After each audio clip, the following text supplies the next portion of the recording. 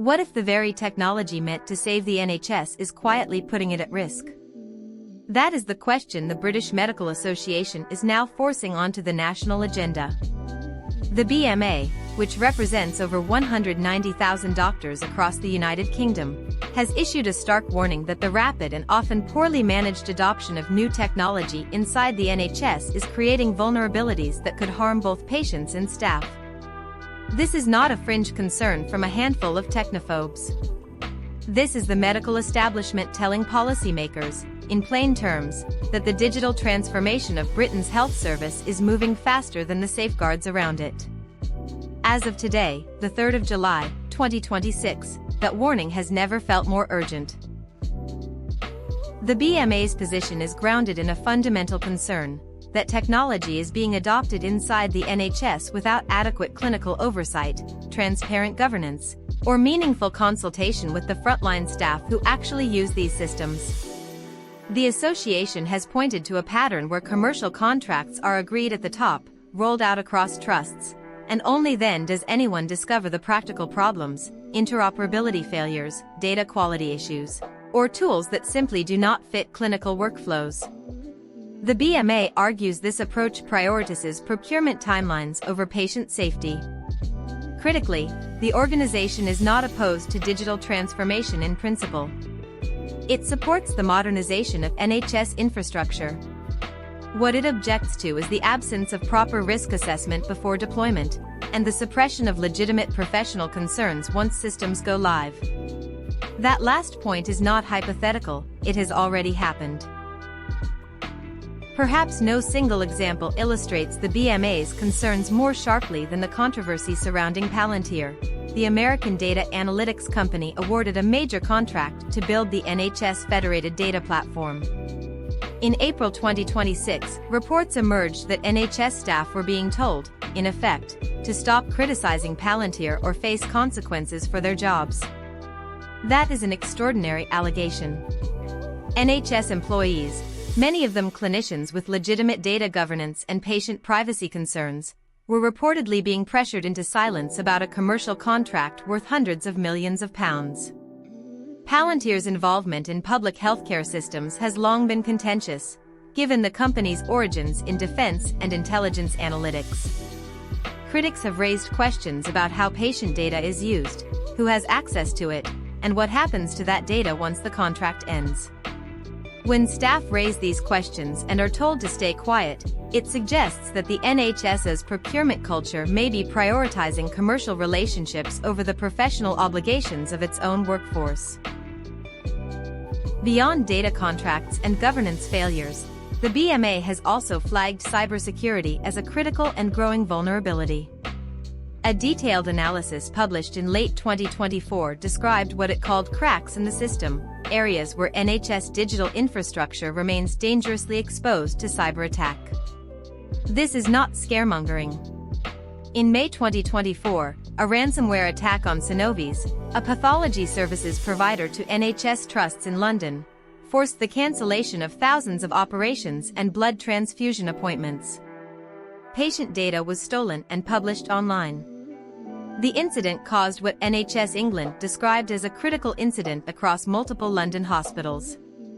The BMA's concern is that as the NHS adopts more interconnected digital systems, electronic patient records, remote monitoring platforms, AI diagnostic tools, the attack surface grows.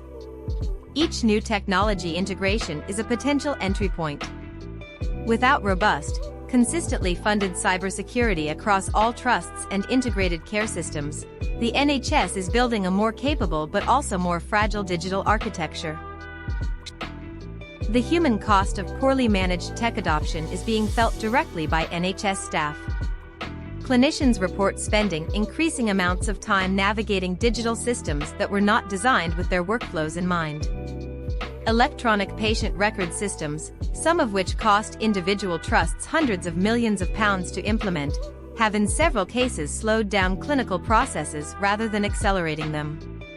Junior doctors, already under enormous pressure, describe learning new software as an additional burden layered onto already unsustainable workloads. Meanwhile, patients face their own set of consequences. Delayed access to results, miscommunication between systems that do not talk to each other properly, and the risk of data breaches that could expose sensitive health information. These are not abstract risks. They translate into real harm.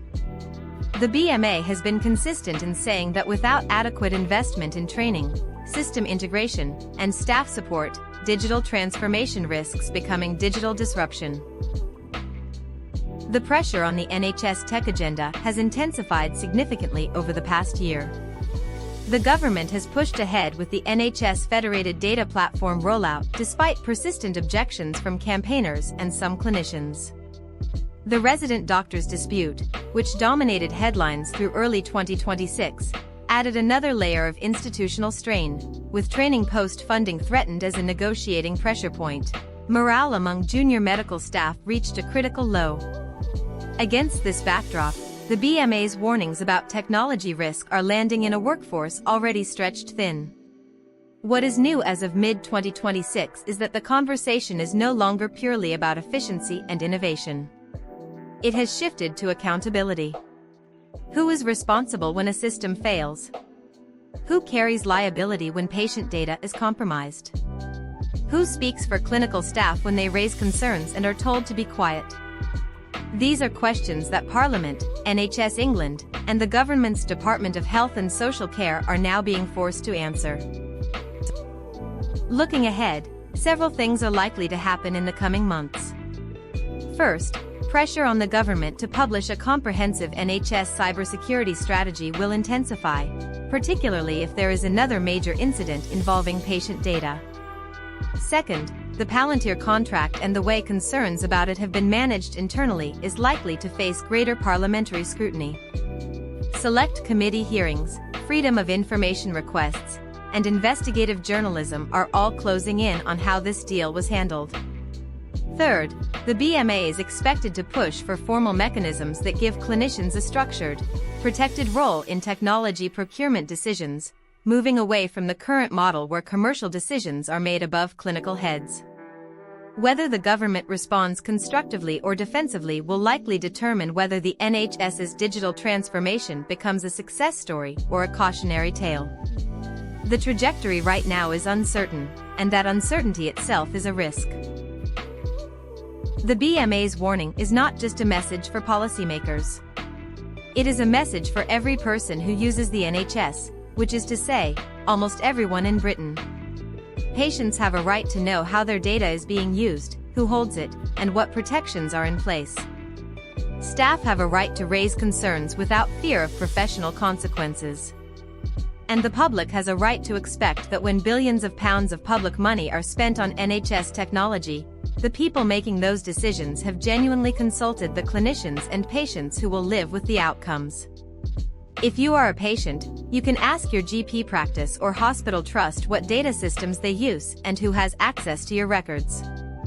If you are a healthcare professional, the BMA's guidance on technology governance is worth reading.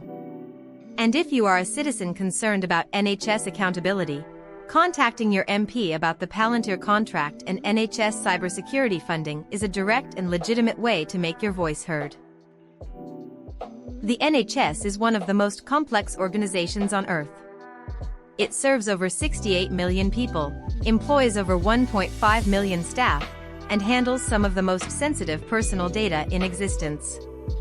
Modernizing it through technology is not just desirable, it is necessary. But the BMA is right to insist that speed without safety is not progress. The choice Britain faces is not between a digital NHS and a paper-based one. It is between a digital transformation done properly, with clinical oversight, robust cybersecurity, and genuine transparency, and one done carelessly, in ways that put patients, staff, and public trust at risk. Today, as of the 3rd of July, 2026, that choice remains open. The question is whether those in power are listening. If you found this breakdown useful, share it with someone who relies on the NHS. And stay informed, because on issues like this, an informed public is the most powerful accountability mechanism there is.